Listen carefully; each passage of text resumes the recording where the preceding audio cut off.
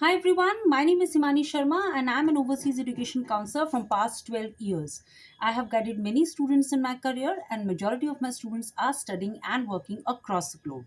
I have decided to guide students through social media so that I can reach n number of students who are unable to make applications in time, maybe because they lack the correct guidance or are unable to get the correct information in time. With this understanding, I will be talking in depth about each and every aspect of study abroad in all of my upcoming videos, and I will try my best to provide every mandatory information that I used to provide my students in the face to face counseling sessions.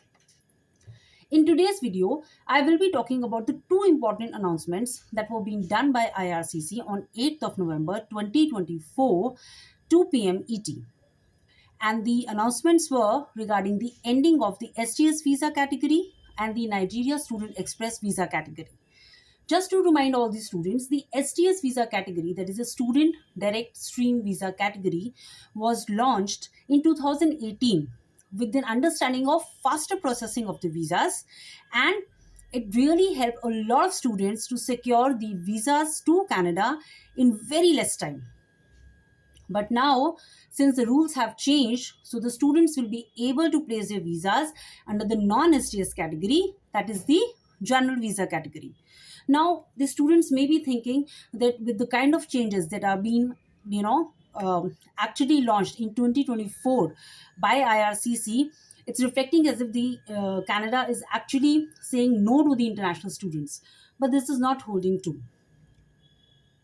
The fairer part is that with the launch of all these kind of amendments, Canada is actually favoring the international students by providing the best platform for the academic experience and for the settlement perspective for the future students who want to come to Canada, and helping the students to have less burden for the existing students who are there in Canada. So let's say, talking about the kind of rules and the amendments that were being launched by IRCC in 2024, let me just take up one by one. It may be regarding the post study work permit or the reduction of the work permit from 28 hours to 24 hours, capping being done in terms of the visa applications, introduction of the PAL letters.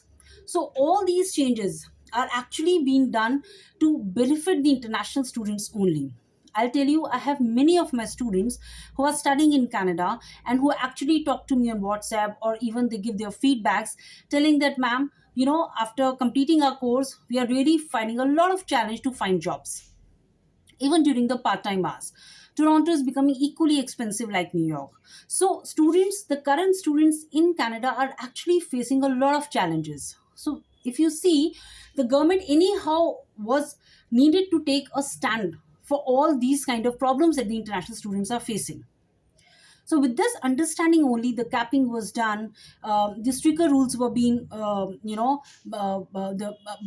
being laid out so that the students who are currently studying in Canada, they can focus on their studies. So, all these amendments, if you see, if let's say we talk about the STS visa category, the STS visa category IELTS requirement was overall 6 and each band 6. Yeah, but now if you will file your visa under the non-STS category, then you don't need to have an IELTS score of overall 6 and each band 6. Even students without IELTS can also apply under the non-STS category. The students with a higher age group between 35 to 45 years, the students with a lot of education gap, the students with backlogs. So the applicants with the different kind of criterias and the eligibilities can make applications to Canada now. So, if you see the broader perspective, the applicants from across the globe now can make applications because the SJS category was open to the legal students of 14 countries only. So, we need to see the brighter side of any of the amendments that are being done, any of the changes that are being laid out in Canada with respect to any of the rules which are being announced by IRCC in 2024 itself. I hope the students will be understanding the intention and the motive of the government behind all these regulations.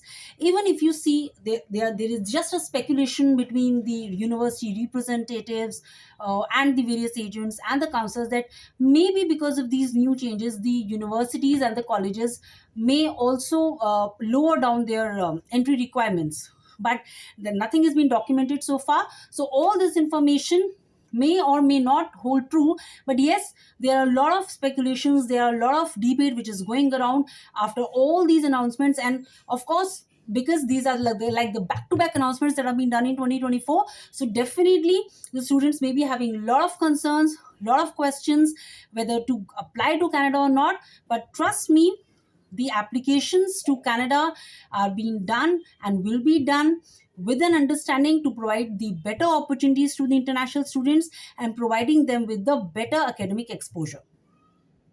So stay tuned, do like my videos, and do subscribe to my channel. I will be talking about the other aspects of education abroad in all of my upcoming videos. So stay tuned and good luck.